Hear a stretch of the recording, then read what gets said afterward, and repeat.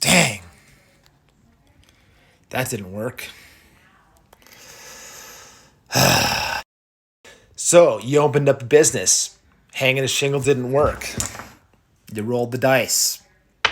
You didn't come up with snake eyes. Hanging a shingle, just opening a business, does not guarantee success. Hopefully you have not found this out the hard way. I've got a new idea. Instead of just hanging a shingle, you've got to get out and you've got to meet people. You've got to shake hands. Shaking hands, meeting people. So I don't care if you've got an online business, if you have a bricks and mortar business, but you will never regret shaking hands with people. This means BNI, Rotary groups, local groups. We have a couple different group business to business type referral groups out in Colorado. You can't just hang a shingle, but you have to meet other people. 3, 2, start a website. That's what I'm going to do. To get my name out there, I'm going to start a website. Nope. That didn't.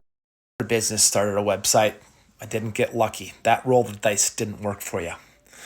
Starting a website, posting it on Facebook 3 times will not move the dial. Instead, do. Monitor trends and focus on website is a fantastic place to start. And yes, if you run a business, you have to have a website. Don't get me wrong. But how linked into search engines, specifically Google, are you? Are you taking advantage of the fact that Google owns YouTube? If you're not, I highly recommend that you start creating some videos, put them on YouTube, cross-post them to your website, and then go ahead and take that, and what you do once it's on your website, now you take that and you share that out onto Google spheres also. Things like Google My Business it tends to get amazing traction when you combine it with something that's predictable like YouTube. It doesn't have to be luck. Idea number 3, people refer. Oh yeah, we're up and running. They'll refer. Dang, no snake eyes yet. That roll didn't work. That didn't work either. Absolutely, people will refer once they have found you and they like you. The chances that people think to refer, and once they leave your business, they don't always think about who they can refer. If somebody says, do you know a chiropractor? Do you know a dentist? Do you know somebody who does web development? Do you know a coach? Yeah, then they'll make that referral.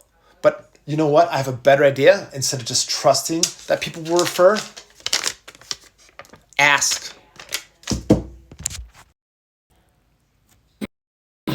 Who do you know who could benefit from coaching? As a chiropractor, you have experienced this is what I would say to a client. You have experienced the benefits of chiropractic. You know what chiropractic can do. Who do you know who might be suffering from headaches? Who do you know who might be considering consistently going potentially down the wrong road, one that's not filled with health? Do not, my friends, be afraid to ask somebody who you know, or even suspicious who's got good results. Who do you know who would benefit from? Another way that you can parlay this forward, you know that there's an energy in the universe that's completed to the degree that you're willing to give a referral to me today. It's likely that somebody out there energetically will be doing the same thing to complete that circle of giving. So let me ask you this. Can you pay this forward today? Can you think of one person who would benefit from coaching, from chiropractic, from having a good dentist, from web development? It doesn't matter what it is, but the ask is essentially the same. So instead of trusting people to refer, ask them to refer. Idea number 4, hoping that a marketing plan works. Once again, will not work. Instead of hoping, we monitor and we measure. How do you not roll the dice? How do you get amazing at this whole video and never once came up singles? Life is not a roll the dice, friends.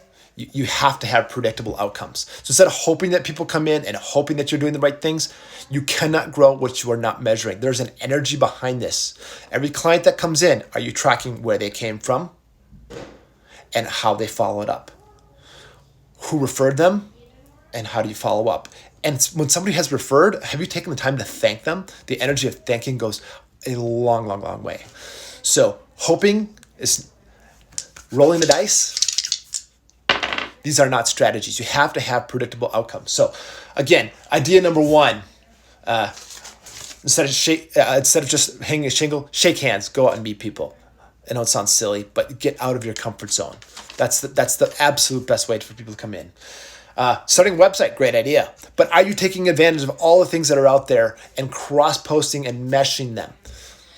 Website's vital, but how much are you taking advantage of it? People will refer, but are you choosing to ask them and getting out of your comfort zone and asking them?